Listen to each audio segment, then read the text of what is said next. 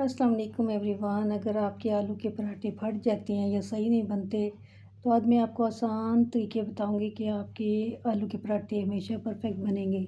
इसके लिए मैंने आधा किलो आलू ले लिए हैं। अच्छा, आलू अगर छील कर उबालें तो ये बहुत जल्दी गल जाते हैं और जितने छोटे टुकड़े काटें उतनी जल्दी गल जाते हैं और टाइम बच जाता है। दही बड़े और आलू छोले के लिए अगर ऐसे छिलका उतार के उसके पीस बना के छोटे छोटे, जितने के आपने चाट में इस्तेमाल करने हैं उतने छोटे पीस बना के आप उबालें तो उसकी शेप बरकरार रहेगी और जल्दी गल भी जाएंगे। और उसके बरक्स अगर आप छिलके समेत उसको उबालें और फिर उसको दही बल्ले वगैरह के लिए काटें तो आप शेप बनाएंगे तो शेप बिल्कुल भी नहीं बनेगी। अच्छा, तो यहाँ पे मैंने आधा किलो आलू ले लिए हैं और उनके छिलके उतार लिए हैं और फिर इनको मैंने ज़्यादा छोटे टुकड़े तो नहीं काटे, थोड़े बड़े ही रखे हैं क्योंकि मैंने तो मैश ही करने थे। तो ऐसे टुकड़े काट के तो मैंने इसको अच्छी तरह वॉश कर लिया। तो वॉश करने के बाद मैंने इसमें पानी शामिल करके चूल्हे पे चढ़ा दिया तो बड़ी जल्दी गल गए थे ये। यहाँ पे मैंने आलू की ढक्कन नहीं लगाया पतीले का क्योंकि मुझे ज़्यादा जल्दी नहीं थी। अगर आप जल्दी उबालना चाहती हैं तो उसके ऊपर ढक्कन भी लगाएं तो बहुत जल्दी गल जाएंगे ये।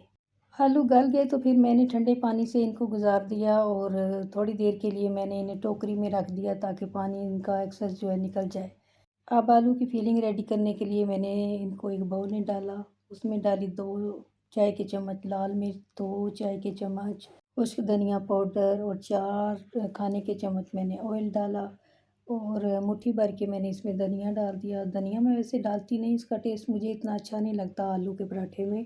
2 चाय के चम्मच नमक डाल के अच्छी तरह मैश करना है। गुठली आलू की कोई रह गई तो फिर पराठे फट सकते हैं।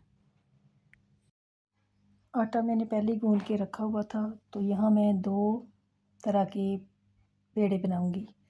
एक 2 छोटे छोटे 2 पेड़े बनाऊंगी और इनको बेल के तो एक के ऊपर स्टफिंग रख के तो दूसरा ऊपर रख दूंगी उसके। और एक बनाऊंगी जितनी भी रोटी आप खाते हैं नॉर्मल, उस रोटी से थोड़ा सा छोटा पेड़ा बनाएं और उसको बेल के तो उसमें स्टफिंग भर के साइड से भी थोड़ा सा कट लगाएं और उसको साइड से गोल गोल घुमाते जाएं तो ऐसे ही एक पेड़ा रेडी हो जाएगा। तो ऐसे ही अब दूसरा तैयार करेंगे। पहले 2 छोटे छोटे पेड़े लेके तो बारी बारी उनको दोनों को बेल लेना है।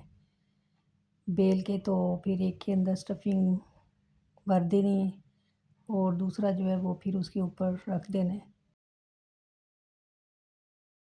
आलू के पराठे बनाने ना एक बंदे के लिए काफ़ी मुश्किल होते हैं तो बेहतर है या तो 2 बंदे साथ में लग जाएं। अगर एक अकेला ही बंदा है तो फिर ऐसे है बना बना के ना सारी स्टफिंग तैयार करके तो फ्रिज में रखते जाएं और फिर स्टोव ऑन करके तो फिर हाथ के हाथ वो आप बनाते जाएं, ऐसी प्रॉब्लम नहीं होती। लेकिन बार बार बनाना और फिर पेड़ा तैयार करना ये मसला हो जाता है। तो मैं तो रख लेती हूँ फ्रिज में बना के एक दफ़ा और उसके बाद मैं पकाना स्टार्ट करती हूँ। यहाँ पे पहले मैंने एक डाल दिया, ये जो सिंपल है ना वो मैंने बनाए हैं जिनके सेंटर में फिलिंग की है मैंने।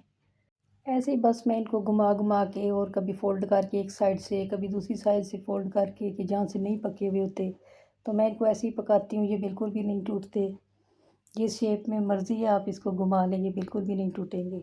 तो ऐसे ही करते करते फिर मैंने बाल वाले जो है वो बनाए। अच्छा, मैं अगर स्टफ़िंग की बात करूँ तो ये जो मैं पका रही हूँ ना ये इसमें स्टफ़िंग ज़्यादा लगती है तो इसका खाने का मज़ा आता है। और जो बाल वाले हैं वो बस ना देखने में ज़्यादा खूबसूरत लगते हैं। फिलिंग में आपने कभी भी प्याज शामिल नहीं करना वरना आपके पराठे बिल्कुल भी अच्छे नहीं बनेंगे। मैंने इनको सर्व किया था दही पुदीने की चटनी के साथ। धनिया पुदीना टमाटर और हरी मिर्चियों की जो चटनी बनती है ग्रीन चटनी, उसके साथ भी इसका बहुत मज़ा आता है खाने का। अगर वीडियो अच्छी लगे तो लाइक सब्सक्राइब कीजिए मेरे चैनल को। Thank you for watching. मिलते हैं नेक्स्ट वीडियो में इंशाल्लाह। अल्लाह हाफिज़।